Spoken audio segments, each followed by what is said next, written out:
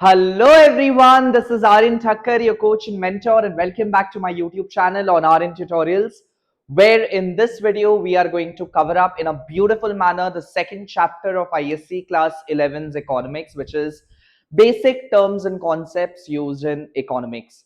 So grab your virtual seat, sit back, relax, and listen to each and every word which will be spoken out here. Alongside, if possible, please take out a copy and a pen and note down each and every keyword and detail which will be said in this particular video. Now, second chapter of ISC Class 11's Economics, which is Basic Terms and Concepts Used in Economics. Why are we studying this particular chapter? What is the reason behind it? First of all, this chapter is about the terminology. ठीक है? Basic terms and concepts used in economics is all about the terminologies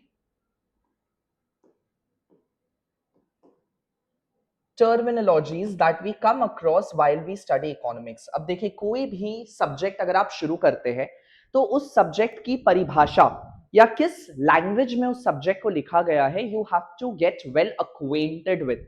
In other words, you have to get yourself familiar with that subject's terminology, because every subject has their own set of language, right? So the purpose, the agenda of this particular chapter is to make you aware about some repeated terms that we come across in subject economics, so that when you go further in your higher studies, you don't find difficulty in understanding the core concept behind it or the core intention behind it.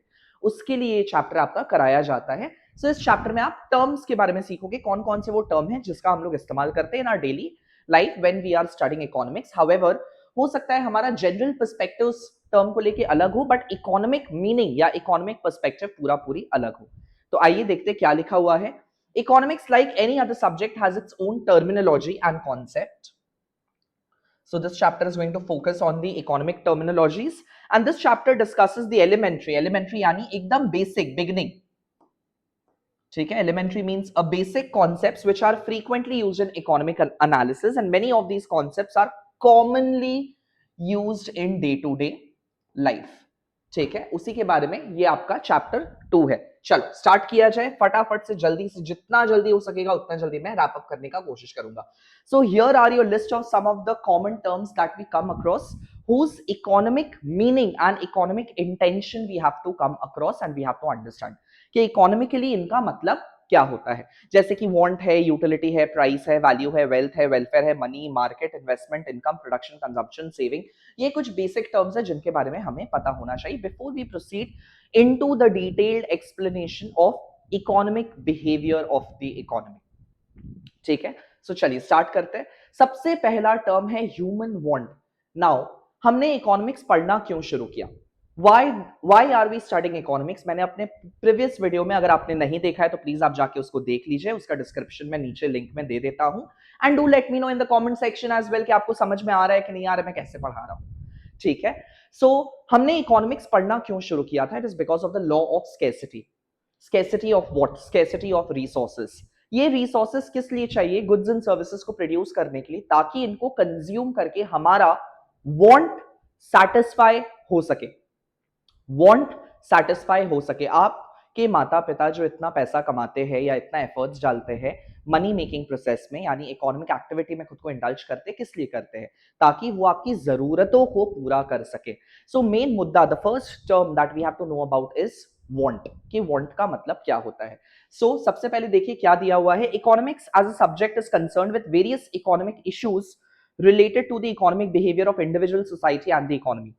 The basis यानी the foundation, ठीक है, the foundation of all economic activity is the existence of human want. कि लोगों की इच्छाएं अनंत है, and the process of satisfying human want is at the root, is at the bottom, is at the core of all economic activities. People work to earn income so that they can satisfy their economic want. इसीलिए पहला term ही है आपका want क्या होता है. So चलिए start करते हैं. सबसे पहले मीनिंग ऑफ want. नाउ देखिए, वांट का दो सेंस में आप परसीव कर सकते हो. एक तो ऑर्डिनरी लैंग्वेज में वांट क्या है और इकोनॉमिक लैंग्वेज में क्या है. ऑर्डिनरी लैंग्वेज में वांट को आप डिजायर के साथ एसोसिएट कर सकते हो. So ordinarily speaking, want is nothing just the desire for a commodity. मेरी ये इच्छा है, मेरी एक इच्छा है कि मेरे पास भी लैम्बोर्गिनी हो, या मेरी एक इच्छा है कि मेरे पास आईफोन 17 प्रो मैक्स हो, लेटेस्ट वर्जन हो. सो ये मेरी इच्छा हो गई। तो इच्छा है इसका मतलब ये नहीं कि आपका जरूरत पूरा हो जाएगा। उस इच्छा को पूरा करने के लिए आपको मेहनत करना पड़ेगा एंड उस मेहनत को हम लोग बोलते हैं एफर्ट्स। सो इकोनॉमिक लैंग्वेज में वांट का मतलब होता है effective desire. As you can see it is written, it is an effective desire. Desire जिसमें आपको एफर्ट्स, वो वर्ड इफेक्टिव का मतलब हुआ कि डिजायर को फुलफिल करने के लिए। सो इफेक्टिव का मीनिंग हो गया, ये जो वर्ड आप इफेक्टिव देख रहे हो इसका मतलब होता है फुलफिलमेंट। ठीक है, इसका मतलब होता है फुलफिलमेंट, यानी इस इच्छा को फुलफिल करने के लिए, फुलफिलमेंट करने के लिए आपको अलोंग साइड डिजायर एफर्ट्स को भी लगाना पड़ता है, मेहनत भी करना पड़ेगा ताकि वो वांट बन सके। So want is equal to desire plus efforts. In other words, want is desire to have something, at the same time the effort that goes in along with the desire to fulfill that want, to fulfill that ichha of yours. So want is an effective desire for a particular thing which can be satisfied or which can be fulfilled by making an effort to acquire it. In other words, desire for a Honda City car will become want only when one is ready to make an effort. जब कोई मेहनत करने को तैयार है उसको पूरा करने के लिए, तभी उसको want बोला जाएगा। ऑर्डिनरीली वांट हो गया डिजायर, इकोनॉमिकली हो गया इफेक्टिव डिजायर या fulfilled desire which will require putting in of the efforts. I hope I am clear, crystal clear. चलो आगे बढ़ा जाए, क्लासिफिकेशन करते वांट्स का। कितने टाइप के वांट हो सकते हैं? सबसे पहले शुरुआत हमेशा होता है रोटी कपड़ा मकान के साथ। जैसे ही आप पैसा कमाना शुरू करोगे, सबसे पहले अपनी बेसिक जरूरतों को पूरा करोगे, उसके बाद आप एक कंफर्टेबल लाइफ के बारे में सोचोगे, उसके बाद आप शो ऑफ करने का सोचोगे। इन अदर वर्ड्स, हमारे वांट को क्लासिफाई किया गया into two main category, primary want and secondary want. जहां पे प्राइमरी वांट का मतलब होता है basic necessities. These wants are required for the existence of human being, at the same time for maintaining efficiency. रोजमर्रा का काम अच्छे से करने के लिए हमारा रोटी कपड़ा मकान का नीड पूरा होना बहुत ज्यादा जरूरी है। ठीक है, and after you have fulfilled primary want, then we go to secondary want, जिसमें आता है want for comforts and then want for luxury. जहां पे कंफर्ट का मतलब होता है which is a source of comfort and happiness, यानी रोटी कपड़ा मकान के बाद मेरे पास घर में एक वॉशिंग मशीन होना चाहिए, मेरे घर में एक टेलीविजन होना चाहिए, मेरे घर में एक रेफ्रिजरेटर होना चाहिए, मेरे पास एक सोफा सेट होना चाहिए। ये हो गया आपका want for comfortable, that leads to a comfortable life और a happiness for a human being. And post that, उसके बाद अगर किसी इंसान के पास और पैसा बचता है, then the person would think of buying expensive items which are meant to showcase your prestige, your wealth and your status in the society. That is your want for luxuries. Luxuries are meant to portray or showcase your wealth and richness in the society. So इस वे में हम लोग classification करते हैं। wants for basic necessities of life, उसको हम लोग primary want बोलेंगे। ठीक है, बेसिक नेसेसिटी है एंड ये नेसेसरी है। नेसेसरी मतलब these are essential for the existence and for maintenance of efficiency। जीने के लिए जरूरी है और एफिशिएंसी को मेंटेन करने के लिए जरूरी है। And after your primary wants are fulfilled, then आपका सेकेंडरी आता है। They arise only after primary wants are satisfied, यानी प्राइमरी वांट सैटिस्फाई होने के बाद आप सेकेंडरी के पास जाते हो एंड दे केटर। केटर का मतलब होता है दे सर्व। ठीक है, केटर मतलब हो गया they serve to comforts and luxuries of life.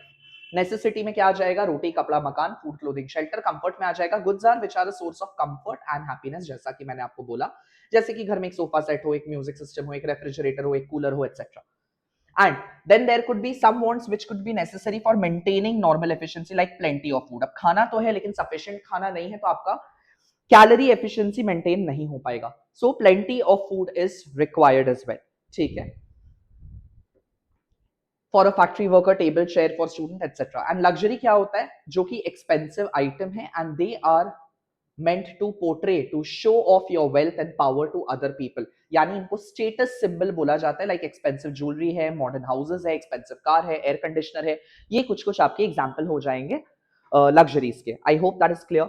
अगला टॉपिक अगर बात करें फीचर्स, कैरेक्टरिस्टिक्स क्या है ह्यूमन वांट का। सबसे पहले एक यूनिवर्सल फैक्ट, एक universal truth of a human life is that from birth till death एक ह्यूमन बीइंग का वांट हमेशा unlimited, never ending in nature होता है। एक जरूरत पूरा होगा आप दो मांगोगे, दो पूरा होगा चार मांगोगे, चार पूरा होगा आठ मांगोगे, आठ पूरा होगा 16 मांगोगे। यानी human wants are unlimited in nature.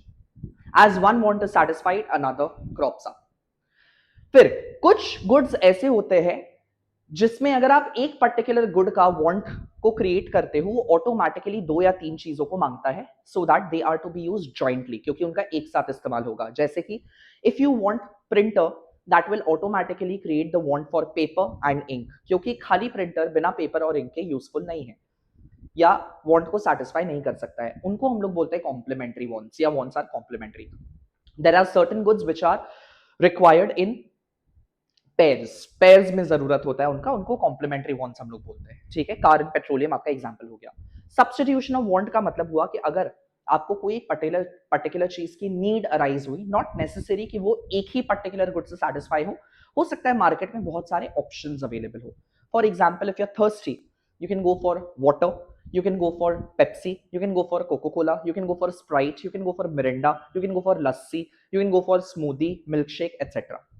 So thirst को क्वेंच करने के लिए मल्टीपल ऑप्शंस है, हंगर को सेटिस्फाई करने के लिए मल्टीपल ऑप्शंस है, पैशन को सेटिस्फाई करने के लिए मल्टीपल ऑप्शन है। आप शर्ट पहनो, आप टी शर्ट पहनो, आप पोलो टी शर्ट पहनो, वगैरह वगैरह, उसमें भी डिफरेंट डिफरेंट कलर्स है। सो उसको हम लोग बोलते हैं सब्स्टिट्यूशन ऑफ वांट, कि आपकी नीड को, आपकी आपकी जो भी जरूरत है उसको आप ऑल्टरनेटिव के साथ भी सेटिस्फाई कर सकते हो, यानी उसके मल्टीपल ऑप्शंस अवेलेबल होंगे मार्केट में जो आपको पिक आउट करना है या चूज करना है, दैट इज सब्स्टिट्यूशन। ठीक है, a particular want can be satisfied by different goods, like thirst can be satisfied by cold drink or juice.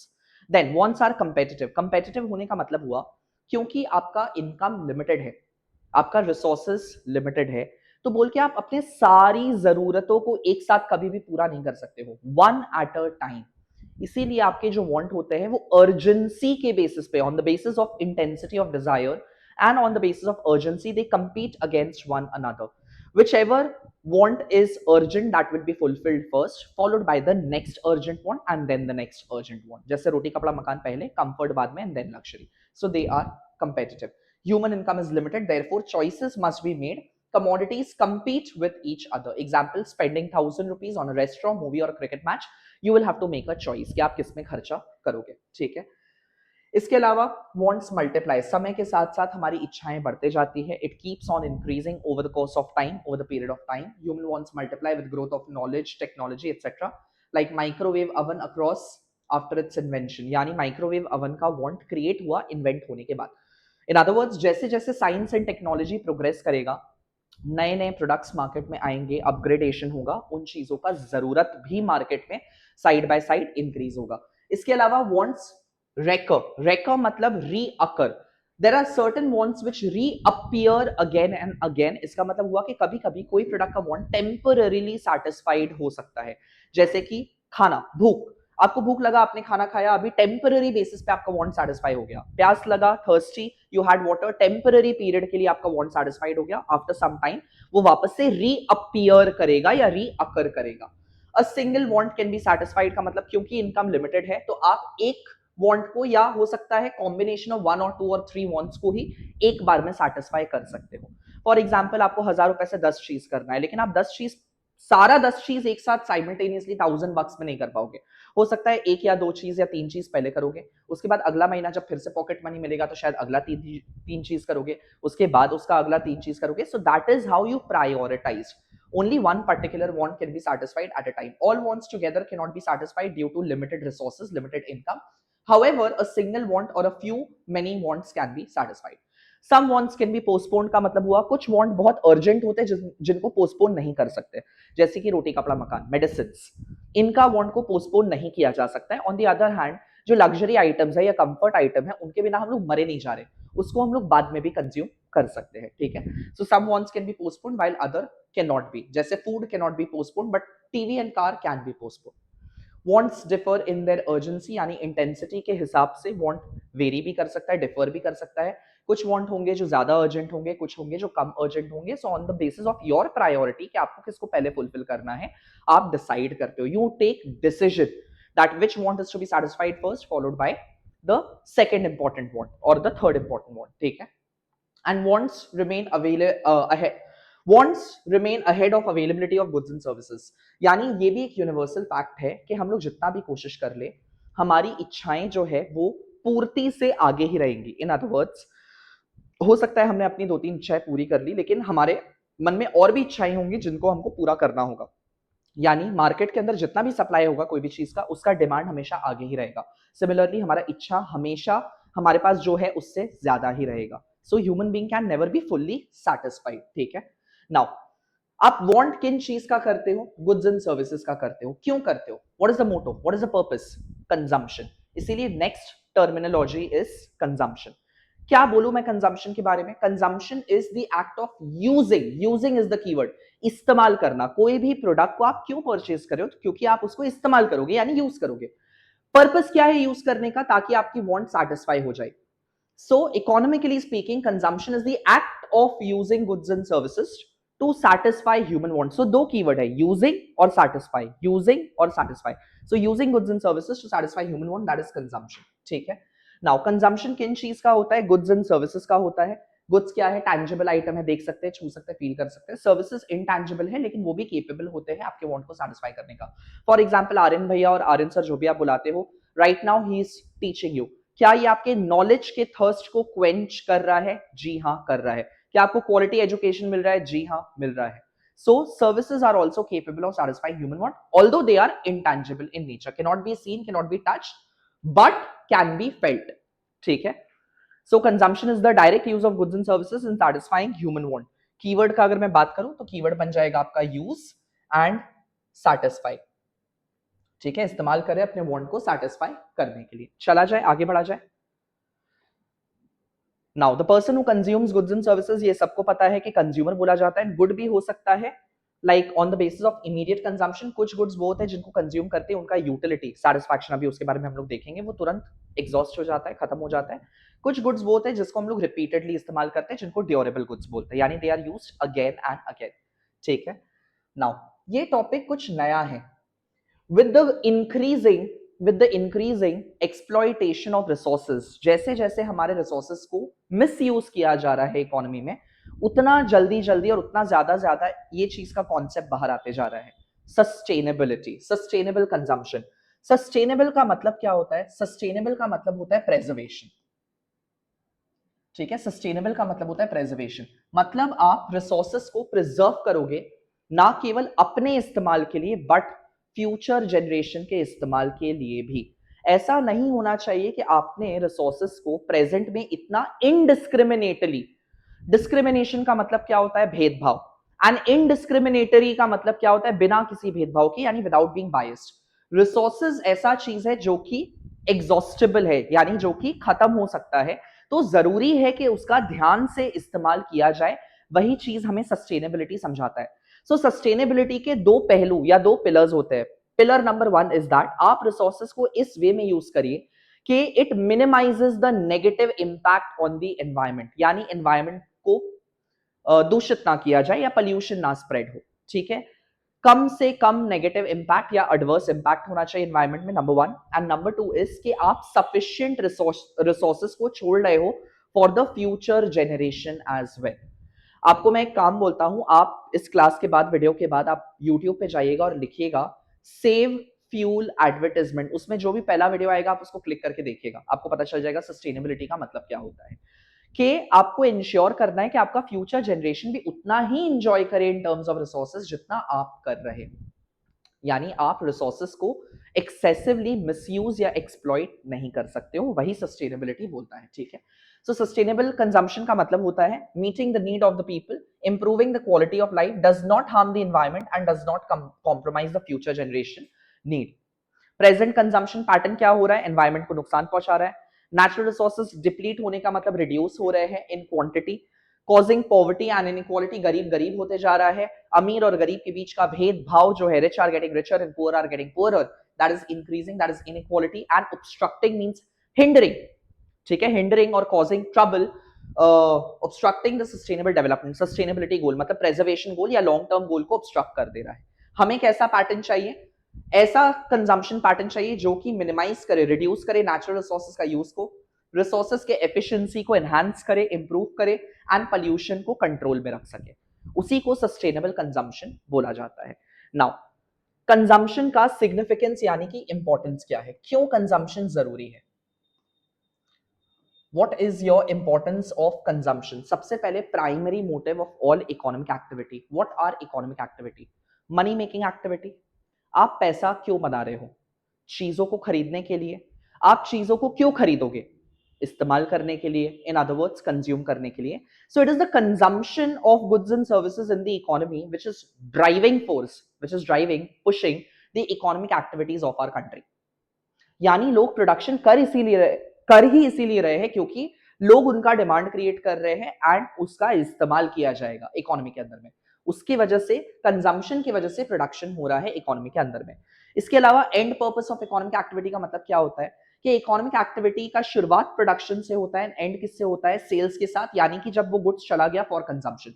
So consumption puts an end to the economic activity. All the efforts that you had put in to produce that resource, it comes to an end with consumption when the goods are taken for consumption. ठीक है। तीसरा, index of standard of living. Index का मतलब होता है indicator. Indicator, मैं आपसे सवाल पूछता हूं, क्या आप किसी का कपड़ा, किसी का गाड़ी, किसी का घर देख के टू एन एक्सटेंट बता सकते हो कि ये रिच होगा, मिडिल क्लास होगा, अपर मिडिल क्लास होगा, मिलियनर होगा, बिलियनर होगा? हाँ या ना? डेफिनेटली आप बता सकते हो। सो आप किस टाइप का गुड्स एंड सर्विसेज कंज्यूम करते हो वो इंडिकेट करता है, यानी वो इंडिकेटर बन जाता है, इंडेक्स बन जाता है of your standard of living. whether you are rich, you are poor, you're very rich, you're millionaire, you're billionaire, you're middle class, lower middle class, upper middle class, वो सब आपका कंजम्पशन पैटर्न से समझ में आ जाता है। ठीक है। बेसिस, बेसिस का मतलब होता है foundation, foundation of economic welfare. अब आप अल्फ्रेड मार्शल का डेफिनेशन याद करिए। वेलफेयर का मतलब क्या होता है? Wellbeing, right? वेलबींग, और वेलबींग का मतलब क्या होता है? हैप्पीनेस, खुशी, that is wellbeing. And economic wellbeing का मतलब क्या हो गया? वो खुशी जो मनी ओरिएंटेड है, यानी वो खुशी जो हमें पैसा से मिलता है, राइट? वो happiness that we derive from spending money. तो वो कैसे मिलेगा? गुड्स एंड सर्विसेज को कंज्यूम करने से। इकोनॉमी में जितना गुड्स एंड सर्विसेज कंज्यूम होगा उतना ज्यादा इकोनॉमिक वेलबींग स्प्रेड होगा, इंक्रीज होगा, एनहांस होगा। ठीक है, ये बोलना चाह रहा है। एंड डिटर्मिनेंट, डिटर्मिनेंट का मतलब हुआ factor. So it is the major, one of the most important factor of employment. रोजगार क्यों जनरेट होगा? अब थिंक, यूज योर ब्रेन। अगर इकोनॉमी के अंदर में कंजम्पशन बढ़ेगा, सो कंजम्पशन बढ़ने की वजह से उतना प्रोडक्शन लेवल को भी इंक्रीज करना पड़ेगा, गुड्स एंड सर्विसेज को प्रोड्यूस करना पड़ेगा। आप जितना प्रोडक्शन बढ़ाओगे, आपको उतना इन्वेस्ट करना पड़ेगा अपना प्रोडक्शन को एक्सपांड करने के लिए। आप जितना इन्वेस्ट करोगे, इकोनॉमी के अंदर में जितना निवेश होता है, उतना ज्यादा जॉब अपॉर्चुनिटीज क्रिएट होगा। क्यों आपको लगता है कि गवर्नमेंट बाहर से फॉरेन कंपनीज को इन्वेस्ट करने के लिए अट्रैक्ट करता है इंडिया के अंदर, ताकि रोजगार जनरेट हो सके, एम्प्लॉयमेंट जनरेट हो सके? So in other words, indirectly it is consumption which is driving the रोजगार और the employment of the economy. Higher consumption will lead to higher production of goods and services, higher production will lead to expansion of job opportunities in the economy. इसीलिए इतना focus किया जा रहा है कि Indian economy को भी manufacturing economy बनाना जरूरी है। We need manufacturing industries in our country. ठीक है, आ गया? आगे बढ़ा जाए, चलो नेक्स्ट टर्म के ऊपर आते हैं, यूटिलिटी। यूटिलिटी का एक वर्ड में अगर मैं मीनिंग आपको बताऊं, यूटिलिटी का मतलब होता है सैटिस्फैक्शन। ठीक है, एंड ये जो इकोनॉमिकल टेक्निकल नेम है सैटिस्फैक्शन का, वो होता है यूटिलिटी। सो यूटिलिटी और कुछ नहीं है, सैटिस्फैक्शन है। कोई भी गुड्स एंड सर्विसेज को अगर हम लोग कंज्यूम करते हैं, हमें क्या मिलता है? सैटिस्फैक्शन मिलता है। उसी का इकोनॉमिक नेम को यूटिलिटी बोला जाता है। Now there is a one particular phrase that we use for utility, it is regarded as want satisfying power of a commodity। देखिए दिया हुआ है वांट सैटिस्फाइंग पावर। अब हिंदी में इसको तोड़ो, क्या है? वांट को सैटिस्फाई करने का क्षमता। पावर मींस क्षमता। सो क्षमता का मतलब क्या हो गया? Capacity, right? सो यूटिलिटी का मतलब होता है इट इज द कैपेसिटी और the capability of a commodity to satisfy human want. किसी भी ह्यूमन वांट को सैटिस्फाई करने का कितना क्षमता है किस प्रोडक्ट का, उसको बताया जाता है in terms of utility.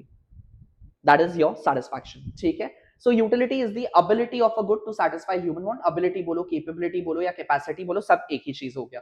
So utility refers to the satisfaction derive, कितना सैटिस्फैक्शन मिला उस पर्टिकुलर गुड को कंज्यूम करने से। ब्रेड जैसे सैटिस्फाई हंगर्स, बुक जैसे सैटिस्फाई आवर नॉलेज, टीवी जैसे सैटिस्फाइज आवर एंटरटेनमेंट नीड। ठीक है, उसी को हम लोग यूटिलिटी बोलते हैं। अब यूटिलिटी के क्या क्या फीचर्स है, क्या क्या कैरेक्टरिस्टिक है? पहला, यूटिलिटी सब्जेक्टिव है। सब्जेक्टिव होने का मतलब है it varies from person to person. एक पर्टिकुलर गुड से क्या आपको सैटिस्फैक्शन मिलेगा कि नहीं मिलेगा, वो डिपेंड करता है आपका मेंटल फ्रेमवर्क के ऊपर। यानी आपका माइंडसेट के ऊपर कि आपका माइंड कैसे काम करता है। फॉर एग्जाम्पल अगर मैं बोलूँ, सपोजिटली आपकी मम्मी ने अगर आज खाने में करेला और चावल बनाया है, करेले की सब्जी और चावल, आप कैसा मुंह बनाओगे? मम्मी नहीं खाना है। इन अदर वर्ड्स आपके लिए उस करेला एंड चावल में कोई सेटिस्फैक्शन नहीं है। इन other words you dislike that commodity. But वहीं अगर मैं आपको बोलूं अगला पॉइंट समझाने के लिए कि आपको मैं एक हफ्ता के लिए उपवास पे रख दूं, आपको कुछ ना दो खाने के लिए, एंड ठीक एक हफ्ता बाद वही करेला और चावल आपको ऑफर किया जाए, क्या आप उसको खाओगे? डेफिनेटली खाओगे, एंड आपको उसमें अमृत भी मिलेगा। You will find heaven in that. क्यों? भूख लगा है। वो बनता है सेकंड फीचर रिलेटिव। रिलेटिव का मतलब होता है इंटेंसिटी ऑफ डिजायर यानी नीड। अगर उस प्रोडक्ट का नीड उस पर्टिकुलर पॉइंट ऑफ टाइम में है तो उसमें से आपको यूटिलिटी मिल जाएगा। एंड सब्जेक्टिव का मतलब होता है कि क्या आप उस प्रोडक्ट को लाइक करते हो या डिसलाइक करते हो, वो डिपेंड करता है आपके मेंटल मेकअप के ऊपर। I hope that is clear. So it depends upon the individuals own estimation of satisfaction कि क्या उसको सेटिस्फैक्शन मिलेगा कि नहीं। एंड रिलेटिव का मतलब हो गया that utility varies from person to person, place to place, time to time, circumstance to circumstance. करेला चावल आपको अभी ऐसे पसंद नहीं आएगा, भूखा छोड़ देते एक हफ्ता के बाद, ठीक आप खा लोगे उसको, सेटिस्फैक्शन मिल जाएगा। ठीक है। नो, इसके अलावा है यूटिलिटी इज नॉट मेजरेबल। ऐसा कोई भी मेजरिंग इंस्ट्रूमेंट नहीं बना है, ऐसा कोई भी पैरामीटर नहीं बना है जो कि यूटिलिटी को क्वांटिफाई कर सके। Utility can not be quantified यानी can not be measured in quantitative term. क्यों नहीं हो सकता है क्वांटिटेटिव टर्म में मेजर? क्योंकि यूटिलिटी सब्जेक्टिव है, यानी it's a mental thing. That is why आप नहीं बोल सकते कि इस पर्टिकुलर गुड को कंज्यूम करके मेरे को 10 केजी का यूटिलिटी मिला, 500 लीटर का यूटिलिटी मिला, 10 किलोमीटर का यूटिलिटी मिला, ऐसा कुछ भी नहीं बनाए। हाउएवर कुछ इकोनॉमिस्ट जैसे कि अल्फ्रेड मार्शल, उन्होंने एक हाइपोथेटिकल इमेजिनरी इंस्ट्रूमेंट बनाया कि यूटिलिटी को हम लोग मेजर कर सकते हैं इन टर्म्स ऑफ यूटिल। एंड यूटिल का मतलब हुआ इन टर्म्स ऑफ मनी, मनी के टर्म्स में कि आप कितना पैसा खर्चा कर रहे हो और उसके बदले में कितना आपको सेटिस्फैक्शन मिल रहा है, उस टर्म्स में हम लोग यूटिलिटी को मेजर कर सकते हैं। But that is a hypothetical imagined scenario है। ठीक है। Utility differs from usefulness. Just because आप कोई कमोडिटी को कंज्यूम कर रहे हो, नॉट नेसेसरी कि वो कमोडिटी यूजफुल भी होगा। हो सकता है आपको सेटिस्फैक्शन मिल रहा है बट हो सकता है कि कमोडिटी हार्मफुल हो। जैसे कि क्या एग्जांपल दिया हुआ है, liquor for a drinker, cigarettes हो गया, अल्कोहल हो गया, क्या ये यूटिलिटी यानी सेटिस्फैक्शन प्रोवाइड करेगा एक स्मोकर और एक ड्रंकर्ड को? जी हाँ, प्रोवाइड करेगा, यूटिलिटी देगा। But are these products useful? The answer is no, they are harmful. So utility should always be deferred or remain different from usefulness. They both should not be confused. ठीक है। Utility का कोई भी moral या legal connotation, connotation का मतलब होता है बाउंड्रीज, दायरा। यूटिलिटी हैज नो मॉरल और लीगल बाउंड्रीज, यानी यूटिलिटी न्यूट्रल है, बायस्ड नहीं है बिटवीन व्हाट इज गुड और बैड, व्हाट इज राइट और रॉन्ग, what is moral और immoral, what is ethical और unethical. यूटिलिटी भेदभाव नहीं करता। अगर कोई काम करने में आपको सेटिस्फैक्शन मिल रहा है, इन अदर वर्ड्स उसमें यूटिलिटी है आपके लिए। हो सकता है कि वो काम इमोरल हो किसी और के पर्सपेक्टिव से, लेकिन आपको सेटिस्फैक्शन मिल रहा है तो आप कर रहे हो। जैसे फॉर एग्जाम्पल अगर मैं बोलूं कि चोरी करना बुरी बात है, चोरी नहीं करना चाहिए क्योंकि ये गलत बात है, लेकिन एक चोर क्या बोलेगा? तेरे बाप का क्या जा रहा है। इन अदर वर्ड्स, मेरा दादाजी चोर था, मेरा पापा चोर था, मैं भी चोर हूं, हमारा पुश्तैनी काम है चोरी करना। सो उसको, उस चोर को, उस थीफ को उस चीज में सेटिस्फैक्शन मिल रहा है, बट उसमें कोई भी राइट या रॉन्ग का बात नहीं आता। यूटिलिटी ऐसा डिस्क्रिमिनेशन नहीं करता, यूटिलिटी हमेशा न्यूट्रल रहता है। ठीक है। एंड इसके अलावा यूटिलिटी एब्स्ट्रैक्ट है। एब्स्ट्रैक्ट होने का मतलब यूटिलिटी इंटेंजिबल है, आप देख नहीं सकते हो, छू नहीं सकते हो, बट फील जरूर कर सकते हो अपने सेटिस्फैक्शन को। आ गया, चला जाए, आगे बढ़ा जाए। अब कितना प्रकार का, अच्छा नहीं, मेजरमेंट ऑफ यूटिलिटी, यूटिलिटी को मेजर कैसे किया जाता है? ठीक है। ऑल्दो यूटिलिटी मेजर नहीं किया जा सकता है बट यूटिल्स के टर्म में मेजर कर सकते हैं, तो बताया गया है कि how utility can be measured.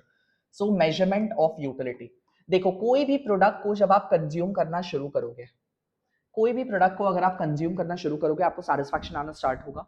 मान लीजिए आपको भूख लगा है, ठीक है, आपने पिज्जा ऑर्डर किया है खाने के लिए।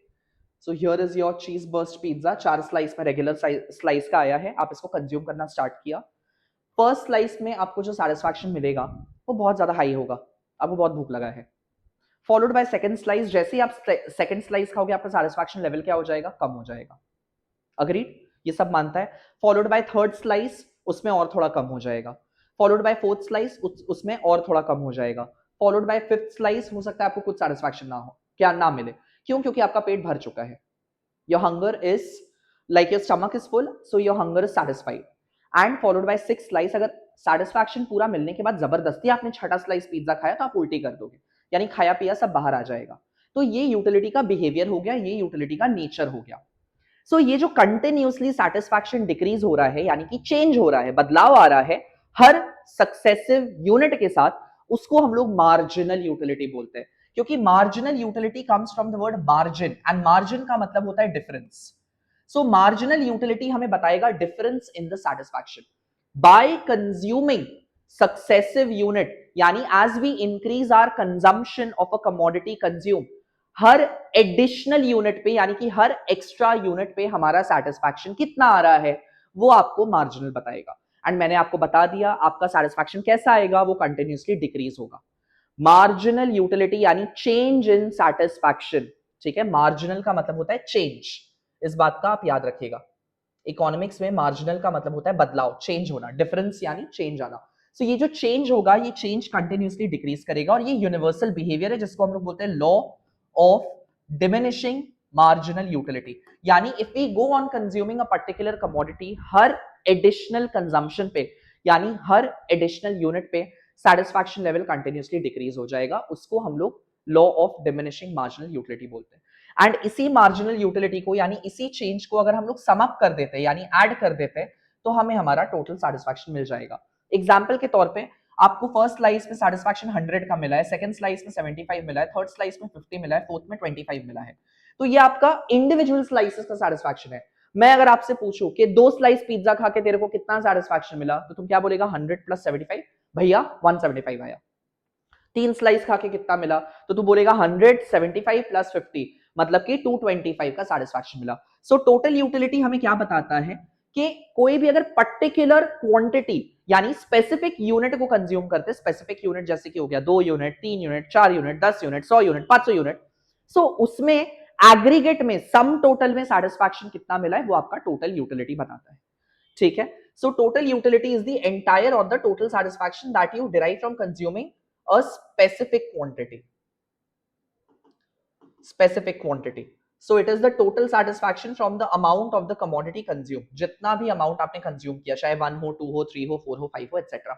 जबकि marginal utility का मतलब होता है change in satisfaction. It is the additional utility. Additional का मतलब ही हो गया change in utility या फिर extra.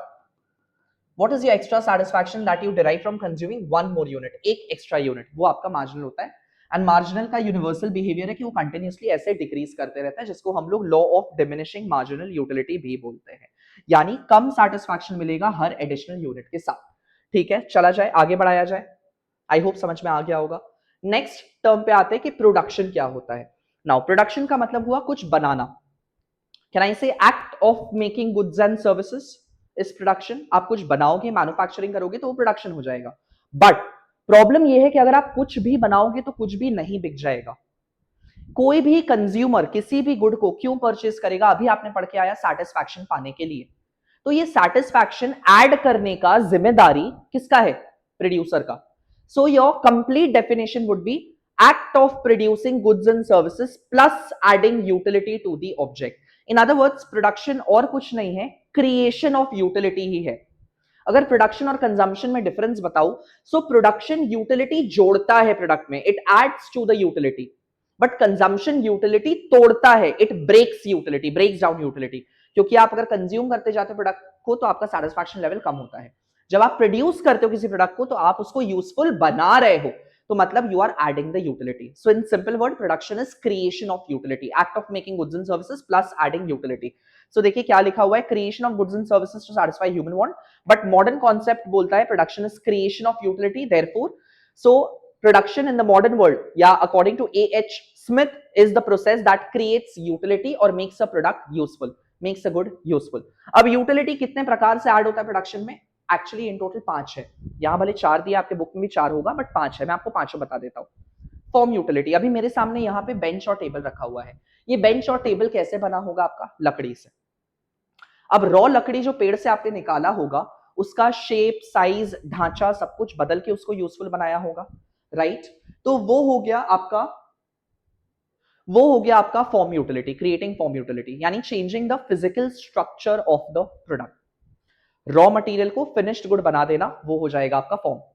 अब ये मान लीजिए ये बेंच यहां बना है, मेरे नेटिव में आसनसोल में बना है, मेरा कस्टमर बॉम्बे में बैठा हुआ है, तो ये अपने आप उड़ के नहीं पहुंच जाएगा, इसको क्या करना पड़ेगा, भिजवाना पड़ेगा। इन अदर वर्ड्स ट्रांसपोर्टेशन का इस्तेमाल करना पड़ेगा ताकि ये यूजफुल हो सके बॉम्बे में। That is place utility. Place utility transportation के थ्रू होता है by sending the goods from the place of production to the place of consumption. Time utility का मतलब होता है मैंने ये गुड बनाया है अभी मान लीजिए right now in the month of May, इसका डिमांड आया in the month of July, तो क्या 2 महीना के लिए मैं इसको उठा के बाहर फेंक दूंगा प्रोडक्ट को बनाने के बाद? The answer is no.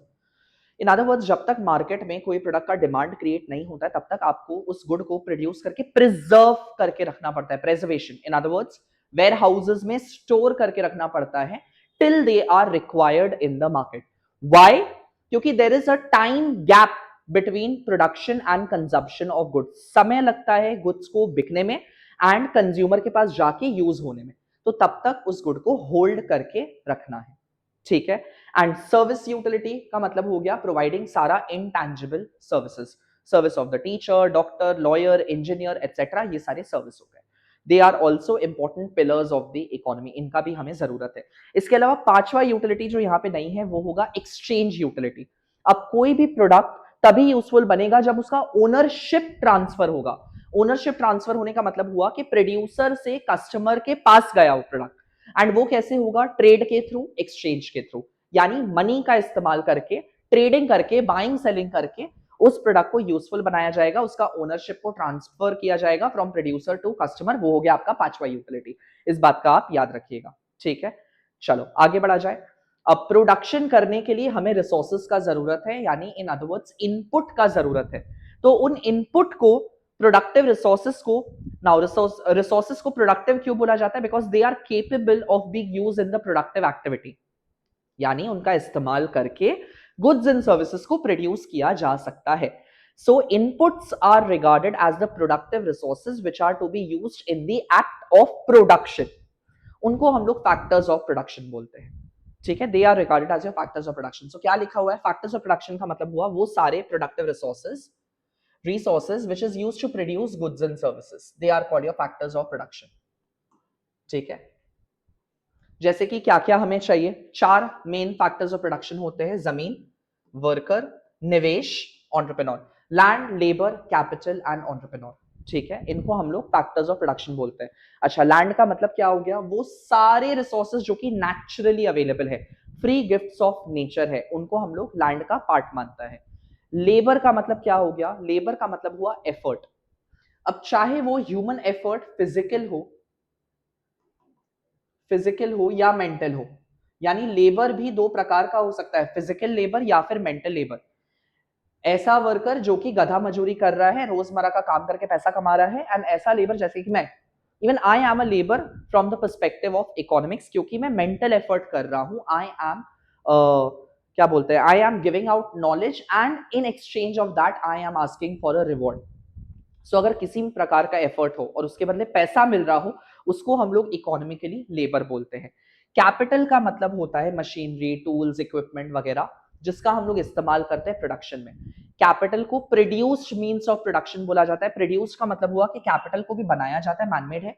And means of production का मतलब हुआ that they are a source, and source होने का मतलब हुआ कि वो एक जरिया है, ठीक है, एक माध्यम है, एक मीडियम है जिसके थ्रू गुड्स एंड सर्विसेज बन सके। So they are produced, they are manmade and then they are used as a resource for producing other goods and services. तो वो हो गया आपका कैपिटल। एंड एंटरप्रेन्योर कौन है? एंटरप्रेन्योर वो पर्सन है जो कि सारे फैक्टर्स ऑफ प्रोडक्शन को एक साथ लेके आता है एंड मेक श्योर करता है कि गुड्स एंड सर्विसेज प्रोड्यूस हो इकोनॉमी के अंदर में। So entrepreneur are like the risk bearers of the economy, उनके बिना प्रोडक्शन हो नहीं पाएगा, ठीक है। कैरेक्टरिस्टिक्स का अगर बात करें फैक्टर्स ऑफ प्रोडक्शन का, सबसे पहला है cooperation of all factors required. It is compulsory to combine all the factors of production. बिना लैंड, लेबर, एंटरप्रेन्योर के कॉम्बिनेशन के प्रोडक्शन एक्टिविटी इनेबल नहीं हो सकता है या नहीं किया जा सकता है। However, although it is necessary to combine all the factors, not necessary in a fixed proportion. proportion very कर सकता है। हो सकता है जैसे आप हैंडलूम और पावरलूम ले लीजिए। मान लीजिए अगर आप टेक्सटाइल इंडस्ट्री में हो, हैंडलूम का मतलब आप फुलकारी का काम, हाथ का कढ़ाई का काम करते हैं, तो आपको लेबर का रिक्वायरमेंट ज्यादा होगा, मशीन का कम होगा। वहीं ऑन दी अदर हैंड अगर आप एक ग्लोबल ब्रांड चलाते हो अपैरल का, कपड़ा का, तो वहां पे आपको बहुत सारे आउटलेट के लिए एक साथ प्रोडक्शन करना है, फिर अब वहां पे आप लेबर से ज्यादा काम नहीं करा सकते हो, आपको मशीन का इस्तेमाल करना पड़ेगा। So although it is necessary to combine all the factors, not necessary in a fixed proportion, proportion vary कर सकता है depending upon industry to industry कि किस इंडस्ट्री का कैसा रिक्वायरमेंट है। किसी का ज्यादा लेबर का होगा, किसी का ज्यादा कैपिटल का होगा, किसी को बड़ा जमीन बड़ा जगह चाहिए होगा, किसी को कम छोटा स्पेस पे भी उनका काम हो जाएगा। ठीक है। Service of factors which is more important, कहने का मतलब हुआ कि प्रोडक्शन के पॉइंट ऑफ व्यू से फैक्टर ज्यादा इंपॉर्टेंट नहीं है, रादर फैक्टर का कैपेसिटी, यानी वो जो सर्विस प्रोवाइड करे वो ज्यादा इंपॉर्टेंट है।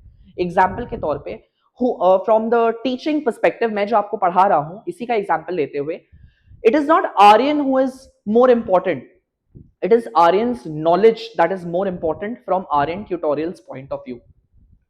कल को मेरी अगर याददाश्त चली जाए, भगवान ना करे ऐसा हो, भगवान तथास्तु मत बोल देना, सो कल को ऐसा ना हो कि मेरी याददाश्त चली जाए, एक्सीडेंट हो जाए, या मेरा पूरा बोलते हैं ना जितना भी मेमोरी है वो पूरा मेमोरी लॉस हो जाए, एंड मेरा सारा नॉलेज एक ही बार में गंगा में स्वाहा हो जाए। अगर ऐसा हो गया then I will be of no use to you people, कोई नहीं आएगा मुझसे पढ़ने के लिए। क्यों? क्योंकि मेरे पास नॉलेज ही नहीं होगा, मैं केपेबल ही नहीं रहूंगा किसी प्रोडक्टिव एक्टिविटी में कंट्रीब्यूट करने के लिए। So it is not the factor who is more important, it is the service of the factor which is more important from the production point of view. ठीक है। सारे फैक्टर्स ऑफ प्रोडक्शन टैंजिबल है, tangible मतलब आप देख सकते हो, छू सकते हो, फील कर सकते हो। फैक्टर्स ऑफ प्रोडक्शन का डिराइव्ड डिमांड है, डिराइव होने का मतलब है कि इनका डिमांड ओरिजिनेट हो रहा है कंज्यूमर की वजह से। समझो, कंज्यूमर ने फाइनल गुड्स एंड सर्विसेज मांगा, बोल के प्रोड्यूसर उन गुड्स एंड सर्विसेज को प्रोड्यूस करेगा। अब प्रोड्यूसर को गुड्स एंड सर्विसेज प्रोड्यूस करना है बोल के फैक्टर्स ऑफ प्रोडक्शन का रिक्वायरमेंट आएगा। इन other words factors of production का रिक्वायरमेंट आया क्यों? ऑफ कोर्स प्रोड्यूसर ने मांगा उसके वजह से तो आया, बट प्रोड्यूसर ने मांगा क्यों? क्योंकि कंज्यूमर ने मांगा है। So indirectly factors of production का डिमांड इज डिराइविंग, डिराइविंग मतलब it is originating from the demand by the consumers for the final product. Another simple term example में, मैं आपको पढ़ा रहा हूं YouTube पे, क्यों पढ़ा रहा हूं? क्योंकि आप मेरा क्लासेस का डिमांड क्रिएट करो, आप कमेंट सेक्शन में बताते हो मेरे को कि भैया अगला ये चैप्टर का चाहिए, प्लीज इसको थोड़ा सा कवर अप करा दो। तो इस अगला चैप्टर को कवर अप करने के लिए मुझे क्या चाहिए? मुझे इंटरैक्टिव पैनल का जरूरत है, मुझे स्टाइलस का जरूरत है, मुझे कैमरा का जरूरत है, मुझे कंप्यूटर का जरूरत है चीजों को रिकॉर्ड करने के लिए, मुझे एक एडिटर का जरूरत है जो कि एडिट करेगा, एंड देन मुझे एक ऐसा पर्सन चाहिए जो कि मेरा सोशल मीडिया को हैंडल भी कर सके। तो इन सारे चीजों का जो डिमांड, इन सारे चीजों का जो वांट है वो ओरिजिनेट हो रहा है, इट इज बिकॉज आप बोल रहे हो कि प्लीज आर्यन भैया पढ़ाओ यूट्यूब पे आके। सो that is deriving from the demand by the final consumer, जो लोग मांग रहे हैं। I hope that is clear. And mobility of factors of production का मतलब हुआ, कुछ फैक्टर्स होते हैं जो कि मोबाइल, मोबाइल मतलब मूवेबल होते हैं, वो एक जगह से दूसरे जगह जा सकते हैं। कुछ होते हैं जो कि इमोबाइल होते हैं, यानी वो एक जगह से दूसरे जगह नहीं जा सकते, जैसे कि labour and entrepreneur, they are completely mobile. Human factors है बोल के वो एक प्लेस से दूसरे प्लेस में जा सकता है। लैंड इज कंप्लीटली इमोबाइल, यानी लैंड एकदम आपका इधर से उधर नहीं जा सकता है। एंड कैपिटल जो है पार्शियली मोबाइल होता है, जैसे मशीन वगैरह वो एक प्लेस से दूसरे प्लेस पे जा सकता है, लेकिन इंस्टॉलेशन हो जाने के बाद, यानी एक बार आपने सेटअप कर दिया उसके बाद आप उसको जल्दी से उठा के लेके नहीं जाते हो। So that is why capital is partially mobile. ठीक है, partially mobile. I hope I am clear. So ये हो गया हमारा फैक्टर्स ऑफ प्रोडक्शन। चलो आगे बढ़ा जाए अगला टॉपिक के ऊपर, प्राइस, जनरल प्राइस लेवल और इन्फ्लेशन क्या होता है। नाउ प्राइस क्या होता है? प्राइस बेसिकली कोई भी प्रोडक्ट का वैल्यू को हम लोग बोल सकते हैं। ठीक है, that too it is measured in terms of money. अगर मैं बोलूं कि एक पेन जो कि आता है 10 रुपीज का, इन अदर वर्ड्स मैं क्या कर रहा हूं? I am monetarily expressing the products worth, यानी the products value. So price denotes or depicts the amount of money which is to be paid to acquire that particular commodity, यानी हमें कितना पैसा पे करना पड़ेगा उस प्रोडक्ट को अक्वायर करने के लिए, उसी को एक्सप्रेस करते हैं हम लोग इन टर्म्स ऑफ प्राइस। ठीक है, so price is nothing but just the amount of money, keyword है आपका amount of money which is required to acquire a particular good और अ सर्विस, उसको हम लोग प्राइस बोलते हैं। अब प्राइस को हम लोग शोकेस कैसे? अच्छा, सबसे पहले तो प्राइसेस किन चीजों का हो सकता है? गुड्स एंड सर्विसेज का। क्या हर टाइप का गुड्स एंड सर्विसेज का प्राइस होता है? The answer is no. कुछ गुड्स होंगे जो कि फ्री गिफ्ट्स ऑफ नेचर होंगे, अबंडेंस में अवेलेबल होंगे, जिसकी वजह से they do not command any price, they are regarded as non economic और फ्री गुड्स। उनको हम लोग फ्री गुड या फिर नॉन इकोनॉमिक गुड्स भी बोल सकते हैं, ठीक है। जैसे कि air, water, sunlight. Non economic good का कोई भी प्राइस नहीं होता है, ऑल्दो उसमें सेटिस्फैक्शन होता है, यूटिलिटी होता है, बट क्योंकि वो स्केर्स नहीं है बोल के उनका कोई भी दाम नहीं है। On the other hand price कैसे गुड्स का होता है? प्राइस इकोनॉमिक गुड्स का होता है। वो गुड जो कि स्केर्स है, number one, and at the same time they are capable of satisfying human want, यानी कि उसमें यूटिलिटी है बोल के उसका दाम है। सो प्राइस होने के लिए दो नेसेसरी कंडीशन निकला। फर्स्ट ऑफ ऑल स्केर्सिटी होना चाहिए, लिमिटेड होना चाहिए इन अवेलेबिलिटी वो product, and second they should be capable of satisfying human want, तभी ह्यूमन बीइंग उसके लिए कुछ पे करेगा। I hope that is clear, इतना समझ में आया।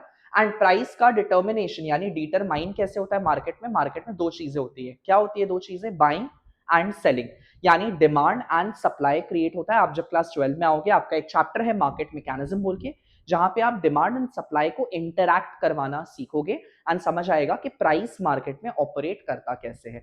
सो it is through the interaction of demand and supply आपका प्राइसेस डिटरमाइन होता है किसी भी प्रोडक्ट का लेके। आई होप आई एम क्लियर, समझ में आ गया आपको इतना। फिर आता है जनरल प्राइस लेवल। क्या होता है? देखिए, मार्केट में बहुत सारे प्रोडक्ट्स हैं, उन बहुत सारे प्रोडक्ट्स का सारे प्राइसेस को अगर हम लोग ऐड करें एंड उसको डिवाइड कर दे by the number of items, यानी कि मीन निकाले, मैथमेटिकली स्पीकिंग मीन। आपने क्लास 9 10 में मीन बनाना सीखा होगा। What is mean? Mean is the sum total of the observation divided by number of observation, right? तो वही चीज हमें जनरल प्राइस लेवल दे देगा। ऑफ द मल्टीपल कमोडिटीज को अगर हम लोग ऐड करके divided by number of item करते हैं तो वो हमें एवरेज प्राइसेस दे देगा गुड्स एंड सर्विसेज का। उसी को हम लोग जनरल प्राइस लेवल बोलते हैं। सो it is the average level of prices of goods and services in the economy. अब ये जनरल प्राइस लेवल कैलकुलेट कैसे किया जाता है? कंज्यूमर प्राइस इंडेक्स के द्वारा, होलसेल प्राइस इंडेक्स के द्वारा एंड फूड बास्केट के द्वारा, ठीक है। ये इन्फ्लेशन के इंडिसेस है। जैसे स्टॉक मार्केट के बारे में आपने सुना होगा, स्टॉक मार्केट का इंडिसेस होता है सेंसेक्स और निफ्टी। सेंसेक्स क्या बताता है? टॉप 100 कंपनी का शेयर प्राइस का एवरेज मीन बताता है। निफ्टी क्या बताता है? टॉप 50 परफॉर्मिंग कंपनीज का एवरेज प्राइसेस बताता है, शेयर प्राइस बताता है, वो निफ्टी है। वैसे ही कंज्यूमर गुड्स जितने भी होते हैं इकोनॉमी में, उनका average price consumer price index के थ्रू निकाला जाता है। जो प्रोड्यूसर गुड्स होते हैं इकोनॉमी में, उनका average prices wholesale price index यानी डब्ल्यूपीआई के थ्रू निकाला जाता है। एंड जितने भी फूड आइटम्स है इकोनॉमी में, उनका एवरेज प्राइस फूड बास्केट के थ्रू निकाला जाता है। कैसे निकाला जाता है? जो भी डिफरेंट डिफरेंट आइटम्स है उन सबका मार्केट प्राइस को, मार्केट प्राइस के इंफॉर्मेशन को गैदर किया जाएगा, उनका प्राइसेस को ऐड किया जाएगा एंड डिवाइड कर दिया जाएगा bye the number of item, ताकि वो हमें जनरल प्राइस बता दे या एवरेज प्राइसेस बता दे। एंड जब ये जनरल प्राइस बढ़ना शुरू होगा, ठीक है, when there is a rise in general price, उसको हम लोग महंगाई बोलेंगे, इन्फ्लेशन बोलेंगे। एंड अगर ये घटेगा तो उसको हम लोग डिफ्लेशन बोलेंगे। सो इन्फ्लेशन का मतलब क्या हुआ? Rise in the general price level. So average prices of goods and services अगर इकोनॉमी में एनुअली इंक्रीज कर रहा है, एनुअली यानी ईयरली इंक्रीज कर रहा है, उसको इन्फ्लेशन बोलेंगे। क्या इन्फ्लेशन का मतलब होता है कि एक बार प्राइस बढ़ा और फिर एक बार कम हो गया? तो क्या मैं बोल सकता हूं कि जो एक बार प्राइस बढ़ा वो इन्फ्लेशन हुआ, एक बार कम हो गया वो डिफ्लेशन हो गया? नहीं, ऐसा नहीं होता है। दो क्राइटेरिया मीट होने चाहिए इन्फ्लेशन के लिए। Number one, the rise in general price level should be persistent. Persistent का मतलब हुआ कंटिन्यूअस होना चाहिए, ठीक है। सो पहला कीवर्ड है persistent. Persistent means continuous. One time rise in price is not inflationary. एक बार प्राइस बढ़ा, एक बार घटा, बढ़ा घटा बढ़ा घटा, तो आप नहीं बोल सकता इन्फ्लेशन डिफ्लेशन इन्फ्लेशन डिफ्लेशन, ऐसे नहीं आ रहा है। ओवर द इयर्स अगर आप देख रहे हो कि चार्ट जो है खाली ऊपर ही जा रहा है, तब आप उसको महंगाई बोल सकते हो। एंड अगर ओवर द इयर्स आप देख रहे हो कि प्राइसेस नीचे आ रहा है, तो आप उसको डिफ्लेशन बोल सकते हो, ठीक है। It has to be persistent.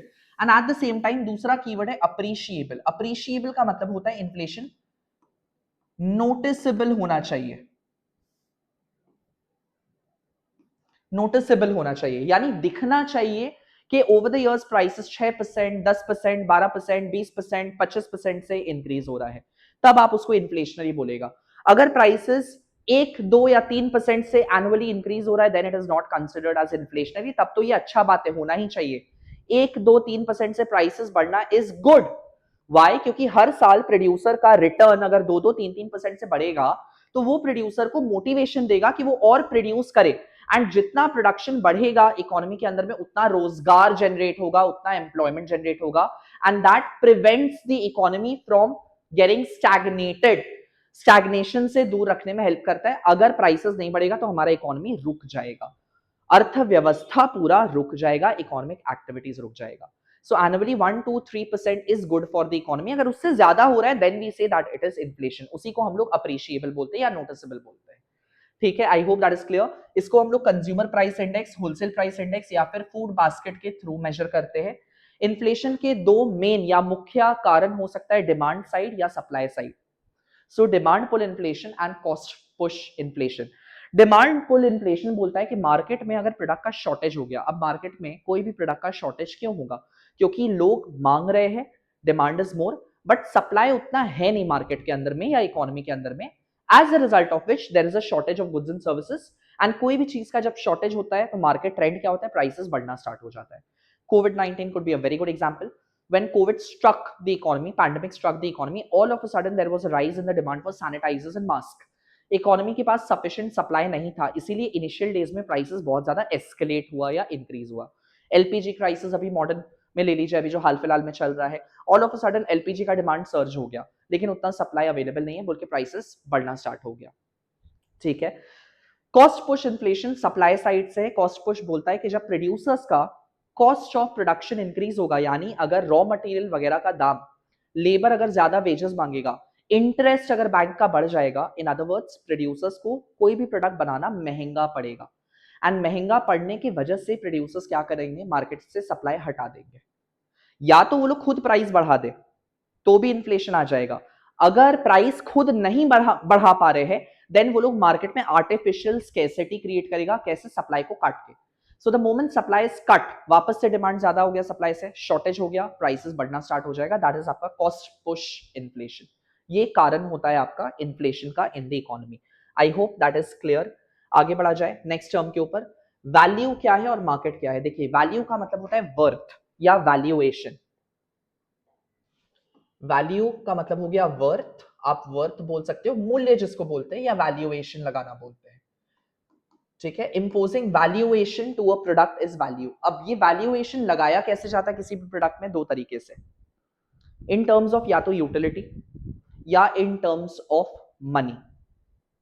यानी आप वर्थ लगाते हो देख के ऑन द बेसिस ऑफ कितना सेटिस्फैक्शन है उस प्रोडक्ट में, और जितना सेटिस्फैक्शन होगा उसके हिसाब से आप उतना ज्यादा प्राइस चार्ज करोगे।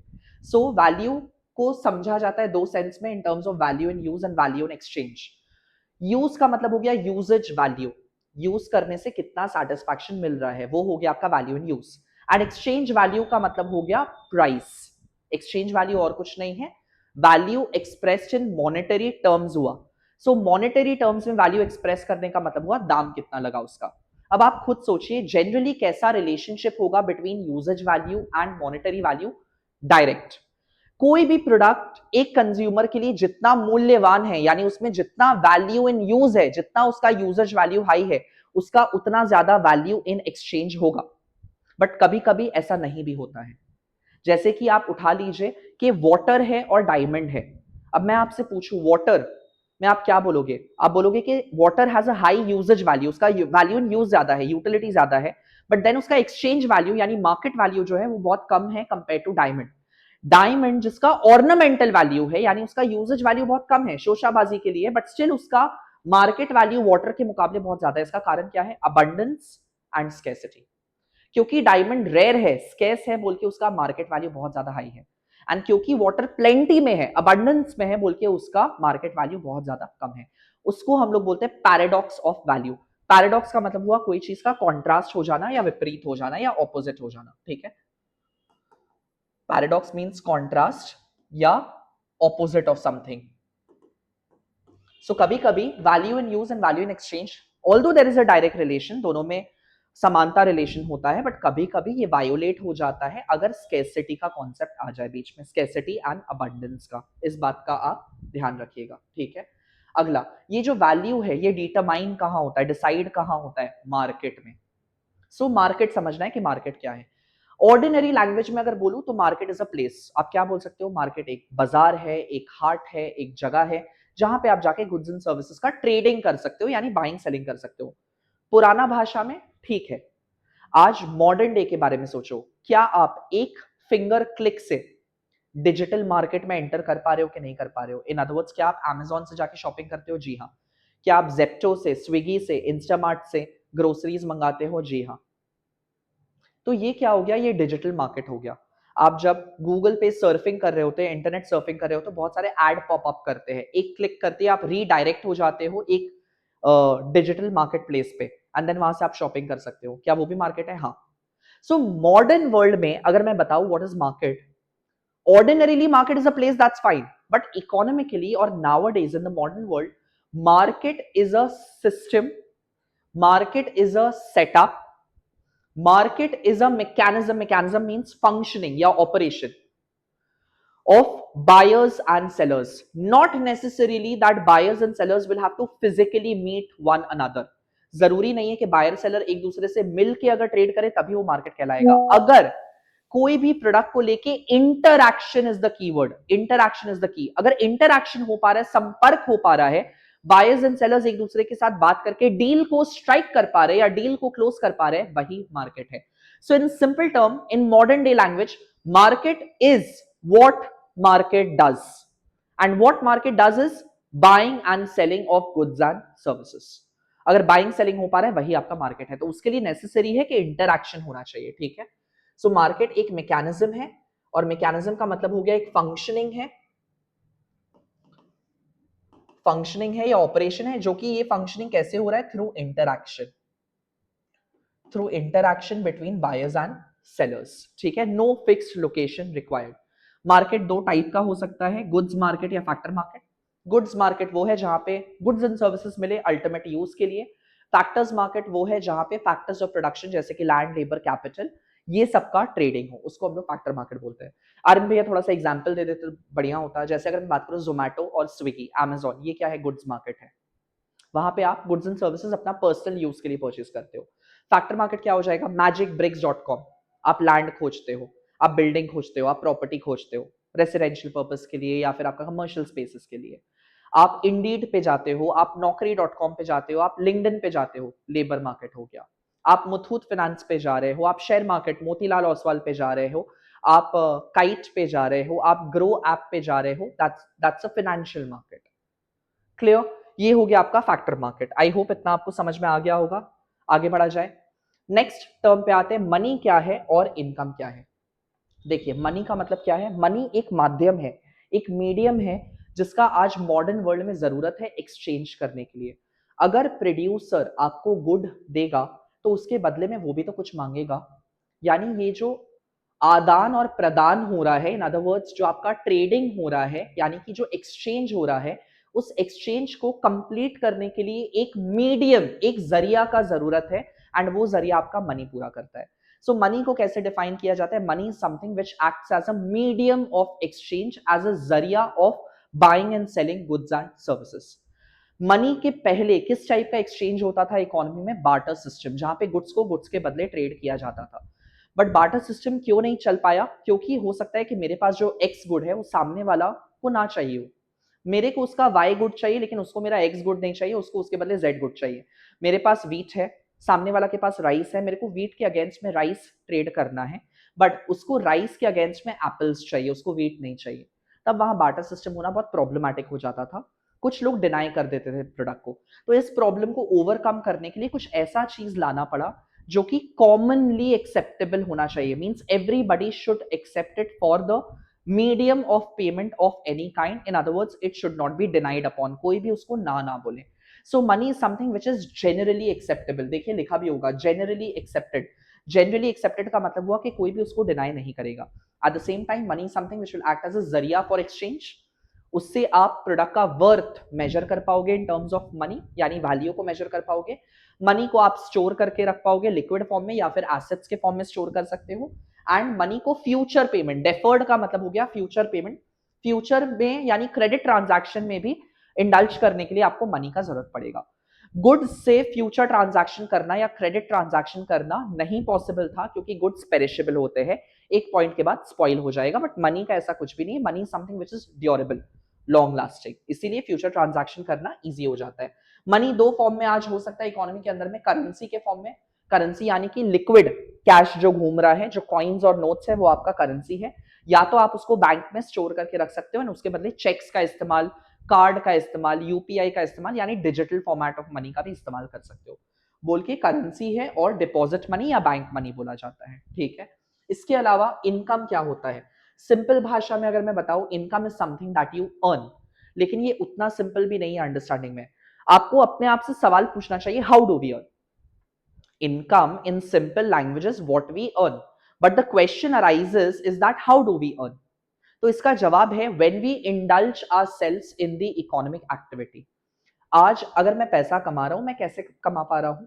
अपना नॉलेज को ट्रेड करके, यानी अपना नॉलेज को सेल करके, उसके बदले I will be entitled to a reward which is my fee, right. So जब हम लोग किसी भी प्रोडक्टिव एक्टिविटी में या इकोनॉमिक एक्टिविटी में इंडल्ज करते हैं, यानी इकोनॉमिकली इंटरैक्ट करते हैं पर्सन के साथ, तो इनकम जनरेट होता है। सपोजिटली अगर आप प्रोड्यूसर हो, आपको एक लैंड चाहिए अपना प्लांट को सेटअप करने के लिए, अपना फैक्ट्री लगाने के लिए। मेरे पास 10 एकड़ जमीन पड़ा हुआ है, तो आप मेरे पास आओगे, अप्रोच करोगे, बोलोगे आर्यन भाई आप मेरे को अपना लैंड लीज पे दे दो, रेंट पे दे दो, उसके बदले मैं आपको पैसा दे दूंगा। तो मेरा रिवॉर्ड हो गया रेंट, वो मेरे लिए इनकम हो गया। आर्यन आपके पास स्किल है, एफिशिएंसी है, आप प्लीज हमारे लिए काम करेंगे, हम लोग आपको वेजेस या फिर सैलरी दे देंगे। मैंने इनकम कमाया अपना एक्सपर्टीज बेच के। मेरे पास सरप्लस कैश पड़ा है, मैंने उसको फाइनेंशियल मार्केट में लगा दिया, शेयर मार्केट में लगा दिया या बैंक में लगा दिया। बैंक इसको आगे वाला पर्सन को लोन दे रहा है एक्सपेंशन करने के लिए, बिजनेस एस्टैब्लिश करने के लिए, सेटअप करने के लिए, मॉडर्नाइजेशन के लिए। बदले में सामने वाला से इंटरेस्ट ले रहा है एंड वही इंटरेस्ट मेरे साथ भी शेयर कर दे रहा है। इनकम हो गया, इंटरेस्ट इनकम। मैं एंटरप्रेन्योर हूं, मैंने बिजनेस सेटअप किया, उससे मेरे को पैसा आ रहा है, इन अदर वर्ड्स प्रॉफिट आ रहा है, वो मेरे लिए इनकम हो गया। सो इनकम बेसिकली तब जनरेट होता है जब इकोनॉमिक एंटिटीज, यानी जो इकोनॉमी के लोग हैं, वो एक दूसरे के साथ इंटरैक्ट करते हैं। किस लिए इंटरैक्शन होता है? या तो फैक्टर सर्विस जा रहा है, यानी आप अपना लैंड लेबर कैपिटल एंटरप्रेन्योर दे रहे हो, या तो आप गुड्स एंड सर्विसेज बेच रहे हो, तो उनके बदले में जो पैसा रिवॉर्ड मिल रहा है उसी को हम लोग इनकम बोलते हैं। इसीलिए इनकम को बोला जाता है that income is the flow of goods and services, या फिर flow of money which is received over a period of time, ठीक है। मनी इनकम हो गया, income which is measured in terms of money. And income from self production का मतलब हो गया वो चीज जो आप अपने खुद के लिए बना रहे हो, खुद का कंजम्पशन के लिए इस्तेमाल कर रहे हो। तो दो टाइप का इनकम हो सकता है, एक जो आप पैसा के टर्म्स में कमाते हो, या एक जो आप प्रोडक्शन करके अपने खुद के लिए रख लेते हो, वो भी सॉर्ट ऑफ आपका एडिशनल इनकम ही हो गया, ठीक है। एंड फैक्टर इनकम वो हो गया जो फैक्टर्स ऑफ प्रोडक्शन को मिलता है, जैसे लैंड को रेंट मिलता है, लेबर को वेजेस मिल रहा है, कैपिटल को इंटरेस्ट मिलता है, एंटरप्रेन्योर को प्रॉफिट मिलता है, तो ये फैक्टर इनकम कहलाएगा। I hope that is clear, इतना आपको समझ में आ गया। आगे बढ़ा जाए। अब इनकम को मेजर कैसे किया जाता है हमारे इकोनॉमी में? आपने कभी ना कभी, सिंस आप लोग फर्स्ट टाइम पढ़ रहे हो, बट फिर भी आपने सुना जरूर होगा जीडीपी के बारे में। हमारा इंडिया का जीडीपी बहुत स्लो है, आपने ये सुना होगा न्यूज वगैरह पे। सो ये जीडीपी किस चिड़िया का नाम है? Gross domestic product. नाम को ब्रेक डाउन करो, ग्रॉस का मतलब हुआ सम टोटल, डोमेस्टिक हुआ देश के अंदर, यानी देश के बाउंड्री के अंदर।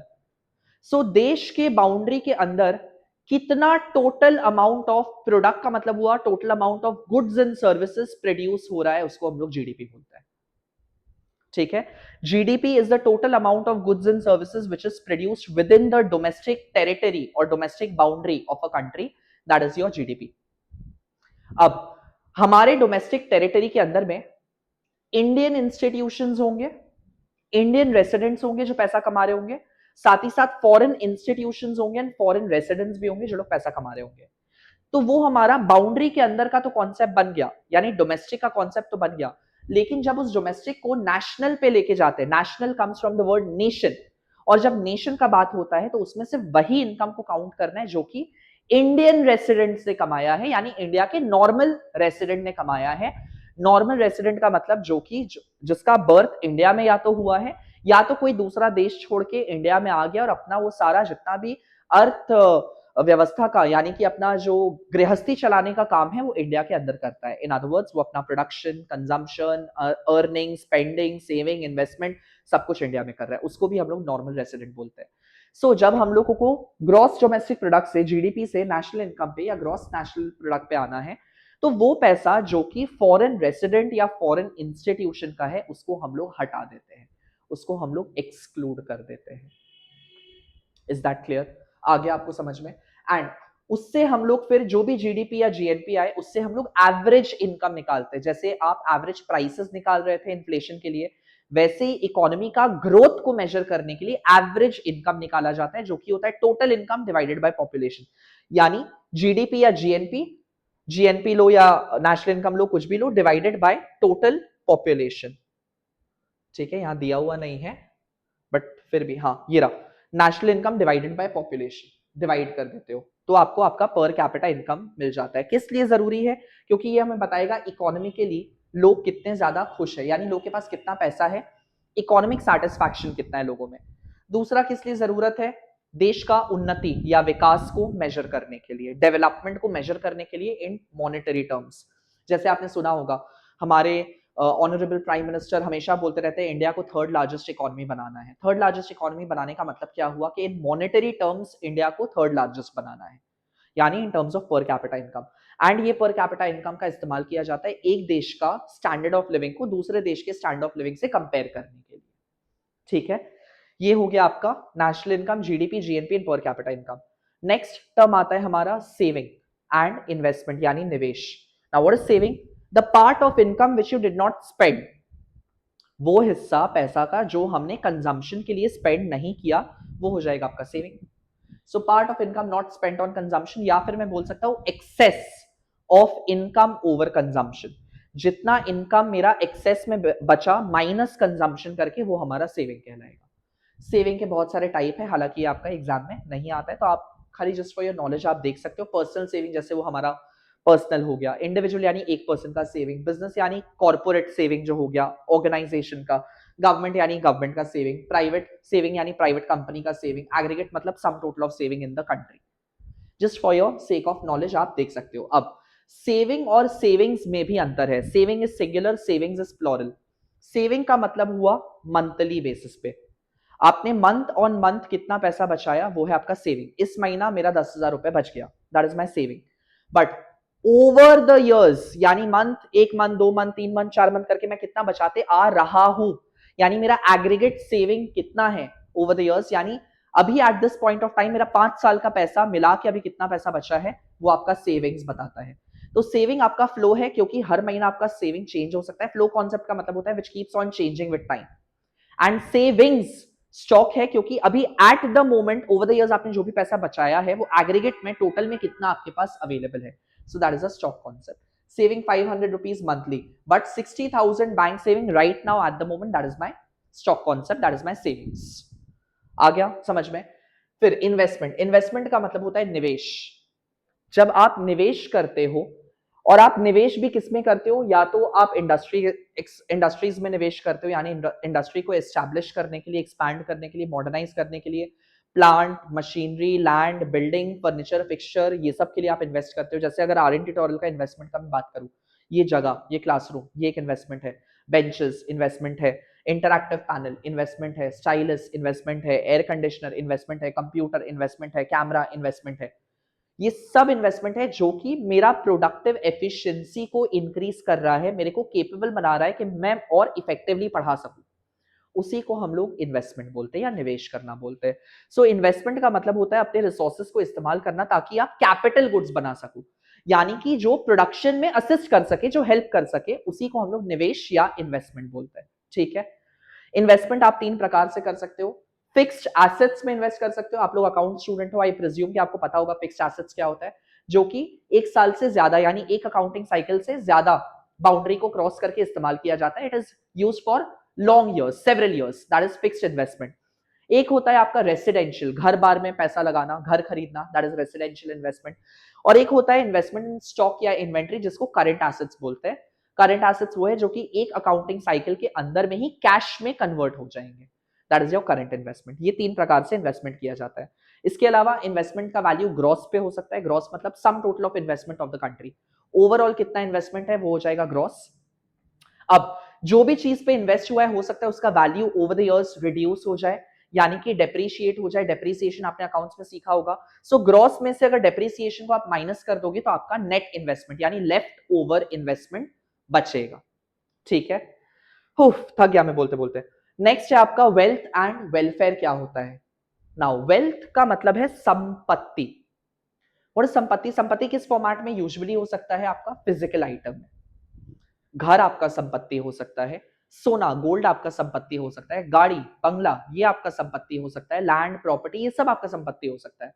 सो wealth is a stock of tangible good. Stock मतलब समझते हो collection of all the tangible good which has value, जिसका मॉनेटरी वर्थ है, जो स्केर्स है, जिसमें यूटिलिटी है, जिसको आप सेपरेट कर सकते हो, सेपरेबिलिटी है, यानी आप पास ऑन भी कर सकते हो अपने आने वाले जनरेशन को, उसको हम लोग वेल्थ बोलते हैं। ठीक है, सो wealth is a stock of good at a certain time that possesses utility, limited in supply मतलब स्कैर्सिटी, ट्रांसफरेबिलिटी ऑफ ओनरशिप यानी एक पर्सन से दूसरे पर्सन के पास जा सकता है। इंडिविजुअल वेल्थ हो गया एक पर्सन का, नेशनल वेल्थ हो गया पूरा देश का, देश के अंदर में जितने भी चीजें हैं वो पूरा देश का संपत्ति है। ठीक है, वेलफेयर हमने ऑलरेडी डिस्कस किया है मार्शल के टर्म्स में, कॉन्सेप्ट में वेलफेयर का मतलब होता है हैप्पीनेस, वेलबींग, या फ्रेजल वर्ब के टर्म्स में बात करूं तो बेटर ऑफ। बेटर ऑफ का मतलब होता है सपोजिटली इफ आई से my life is better of without you, in other words I am happy without you. So better of का मतलब ही हुआ हैप्पीनेस। सो वेलफेयर डिनोट्स वेलबींग और the better of the economy, of the individuals of the economy. अब ये जो better of है, ये जो सेटिस्फैक्शन है, इसको सॉरी सेटिस्फैक्शन बोल रहा हूं, ये जो बेटर ऑफ है, वेलबींग है, हैप्पीनेस है, इसको हम लोग दो तरीके से इंडिकेट कर सकते हैं। मॉनेटरीली इंडिकेट कर सकते हैं, अगर मॉनेटरीली इंडिकेट करें तो वो इकोनॉमिक वेलफेयर बना, अगर नॉन मॉनेटरीली यानी कि social, religious, patriotic, emotional, sentimental का बात करें तो वो फिर आपका नॉन इकोनॉमिक वेलफेयर बना। एंड सोशल वेलफेयर हो जाएगा दोनों का कोलैबोरेशन, यानी इकोनॉमिक और नॉन इकोनॉमिक को जोड़ के आपका सोशल बन जाएगा। Welfare which can be measured in terms of money is economic. Welfare on the other hand which cannot be measured in terms of money, that is non-economic welfare. I hope I am clear about this. So with this we complete our chapter की summary, कुछ और areas बचते हैं। अब business cycle क्या होता है? देखिए इकोनॉमिक सिचुएशन जो होता है किसी भी देश का वो एक समान नहीं होता है, उसमें कॉन्स्टेंटली अप्स एंड डाउन्स आते रहते हैं। सो वो जो अप्स एंड डाउन्स जो मूवमेंट होगा उसी को हम लोग फ्लक्चुएशंस बोलते हैं एंड उसी को बिजनेस साइकिल का पार्ट माना जाता है। कभी कभी इकोनॉमी प्रोग्रेस करता है जिसको हम लोग प्रोस्पेरिटी बोलते हैं, कभी कभी इकोनॉमी अपने पीक पे रहता है यानी अपने मैच्योरिटी पे रहता है तो उसको बूम बोलते हैं या पीक बोलते हैं। फिर कभी कभी इकोनॉमी का इकोनॉमिक एक्टिविटीज डिक्लाइन होना स्टार्ट होता है, उसको रिसेशन बोलते हैं। फिर कभी कभी अगर रिसेशन बहुत लंबा समय के लिए प्रोलॉन्ग हो जाए तो बहुत घातक यानी सिवियर हो जाता है तो उसको डिप्रेशन बोलते हैं। एंड जब डिप्रेशन से इकोनॉमी उठना शुरू करता है तो उसको रिवाइवल या रिकवरी बोलते हैं। That is regarded as your business cycle. So business cycle is the constant fluctuation in the economic activity. Business cycle में तीन स्तंभ जो होते हैं इकोनॉमी के, उसका मूवमेंट अप एंड डाउन होते रहता है। एंड बिजनेस साइकिल जो है हमारा वो कुछ इस प्रकार से दिखाई देता है। ठीक है, this is how your business cycle looks like. This is your business cycle where this phase is regarded as your prosperity. आपने न्यू ईयर के ग्रीटिंग कार्ड में कभी ना कभी तो देखा होगा, have a prosperous new year. Prosperous का मतलब आपका विकास हो, आपका उन्नति हो। सो प्रोस्पेरिटी यानी जहां पे विकास जो है इकोनॉमी का इट इज इंक्रीजिंग। और वो तीन एरियाज, मैं किसका बात कर रहा हूं बिजनेस साइकिल में? तीन एरियाज हो गए। Number one is employment, number two is income, लोग के हाथ में पैसा आ रहा है, and number three is production. यानी इन तीन चीज में जब इंक्रीज होगा, इंक्रीमेंट होगा, उसको हम लोग प्रोस्पेरिटी बोलेंगे। मैं थोड़ा सा जूम आउट कर देता हूं। हाँ, so when employment, income and production they will rise in the economy, that is prosperity. When they are at its maturity level यानी ये पीक पे है तो उसको हम लोग पीक बोलते हैं और ये पीक ही इन्फ्लेशन का कारण भी बनता है। ये इन्फ्लेशनरी स्टेज होता है किसी भी इकोनॉमी का, चीजें महंगी होने लग जाती है यहाँ पे। क्यों? क्योंकि लोग के हाथ में ज्यादा इनकम आ रहा है, वो लोग ज्यादा स्पेंड करेंगे, ज्यादा स्पेंड करेंगे तो जो प्रोडक्ट्स है उनका दाम भी बढ़ना शुरू हो जाएगा, ये देखते हुए कि लोग के पास पैसा है खर्चा करने के लिए। ठीक है, that is regarded as peak, या इसको बूम भी बोला जाता है, बूम पीरियड, बूम और पीक। उसके बाद जब ये जो डाउन स्विंग हो रहा है इसको रिसेशन बोलते हैं। रिसेशन, रिसेशन के दौरान रोजगार, इनकम एंड प्रोडक्शन तीनों ही डिक्रीज होता है। ये रिसेशन अगर बहुत ज्यादा प्रोलॉन्ग हो जाए, लंबा समय के लिए चल जाए तो आप लोग डिप्रेशन में आ जाते हो। इन अदर वर्ड्स, अगर आपको एंजाइटी आ रहा है और वो एंजाइटी और थॉट प्रोसेस थोड़ा लंबा समय के लिए अगर आप सोचने लग जाओ उसके बारे में, then you go into depression. So वैसे ही अगर रिसेशन भी प्रोलॉन्ग हो जाए, then the economy goes into a severe stage of depression. Depression का मतलब होता है एक्सेसिव रिसेशन, जहां पे चीजें बहुत गंदी तरीके से रिड्यूस होना शुरू हो रहा होता है। And depression is like a black hole जो कि पूरी चीज को अपने अंदर खींच लेता है। ये डिप्रेशन एक इकोनॉमी को करीब करीब 25 से 30 साल पीछे भेज सकता है एंड बहुत समय लग सकता है रिकवर करने में। एंड जैसे इकोनॉमी डिप्रेशन से बाहर आके उठना शुरू करता है, उसको हम लोग रिकवरी बोलते हैं। रिकवरी या इसको रिवाइवल बोला जाता है, यानी जहां पे वापस से employment, income and production increase होना शुरू होता है। That is represented by a business cycle. I hope that is clear, इतना आपको समझ में आ गया होगा। इसके अलावा कुछ और कॉन्सेप्ट भी है, जैसे एग्रीगेट डिमांड और एग्रीगेट सप्लाई क्या है। एग्रीगेट डिमांड बताता है सम total of demand for goods and services in the economy, यानी सारे एंटिटीज का, कौन कौन से एंटिटीज हो गए, हाउस होल्ड, इंडिविजुअल हम लोग, फर्म्स जो लोग प्रोडक्शन करते हैं, सरकार गवर्नमेंट एंड फॉरेन सेक्टर, इन सब का सम टोटल ऑफ डिमांड को, ओवरऑल डिमांड को इकोनॉमी का एग्रीगेट डिमांड बोला जाता है। तो एग्रीगेट सप्लाई क्या हो जाएगा, overall supply of the goods and services in the economy. In other words aggregate supply और कुछ नहीं है, ग्रॉस डोमेस्टिक प्रोडक्ट ही है, जीडीपी ही है, कि कितना गुड्स एंड सर्विसेज बन रहा है इकोनॉमी के अंदर में। ठीक है, इसके अलावा इकोनॉमिक एंटिटीज मैंने आपको बता दिया। हाउस होल्ड, एक इंडिविजुअल को हाउस होल्ड बोला जाता है या कंज्यूमर्स बोला जाता है, इनका काम होता है गुड्स एंड सर्विसेज को कंज्यूम करना। Eight the same time market को फैक्टर्स ऑफ प्रोडक्शन सप्लाई करना, यानी लैंड, लेबर, कैपिटल जो जरूरत है वो आपका हाउस होल्ड से आएगा। फर्म कौन है, ये वो एंटिटीज है जो कि गुड्स एंड सर्विसेज को प्रोड्यूस करेंगे, so they are the producers of the economy. सरकार कौन है, government is the regulatory body जो कि अपना पॉलिटिकल पावर को एंड लीगल फ्रेमवर्क को एक्सरसाइज करता है इकोनॉमी के अंदर में, वो हो जाएगा आपका सरकार। So it controls and regulates the economic activity. ठीक है, इसके अलावा स्टॉक एंड फ्लो वेरिएबल क्या होता है। स्टॉक मैंने जैसा कि आपको बताया, जब भी आप कोई चीज को अगर मेजर करते हो उसी समय पे, when something is measured at a particular point in time, that is your stock. And when something is measured for a period, for a duration or for a length, like 1 month, like 1 year, like 10 years, like 20 years, तो over the course of time अगर आप कोई चीज को major करें उसको हम लोग फ्लो बोलते हैं। जैसे कि आपका हो जाएगा वेल्थ, आपके पास कितना वेल्थ है, अभी आपके पास कितना संपत्ति, that is a stock concept. National income, यानी देश का इनकम जो month on month basis fluctuate करेगा, इंक्रीज डिक्रीज इंक्रीज डिक्रीज होगा, वो हो जाएगा आपका flow. So flow variable keeps on changing. Another example के तौर पे अगर आप ले लो, आप एक वाटर टैंक अगर देखते हो, वाटर टैंक में राइट नाउ कितना पानी है, दैट इज स्टॉक। उसमें अगर आप छेद कर दो एंड पानी निकल रहा है, so it is a flow, water is flowing, that's a flow concept. Right now how many students are there in the class, that is stock. but number of students entering and going, आ रहे हैं जा रहे हैं आ रहे जा रहे, that is a flow variable. So remember that flow is measured for a time dimension, for a period, length, duration. Stock is measured for a point in time, ये उस समय पे कितना है। And with this we complete our second chapter as well in one shot. मैं इसका PPT जो है, ये जो स्लाइड मैंने यूज किया है, मेरे एप्लीकेशन के फ्री स्टडी मटेरियल सेक्शन में डाल दे रहा हूं। My application's name is Aryan Tutorial for the Android users, जो हमारे YouTube चैनल का नाम है। But if you are an iOS user, then you will have to download Class Plus app. आप Class Plus app को download करिएगा and हमारा organisation code है PLYMMV।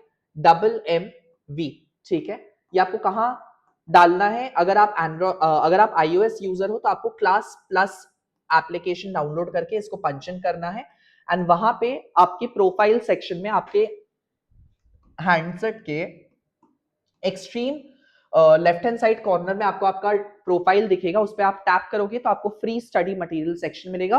वहां पे मेरा फोल्डर बना हुआ है, वहां से आप इसको डाउनलोड कर सकते हैं, पढ़ाई कर सकते हैं। ठीक है, I hope you are liking my explanation. If you are, मुझे जल्दी से कॉमेंट सेक्शन में बता दीजिए कि आपको कैसा लग रहा है।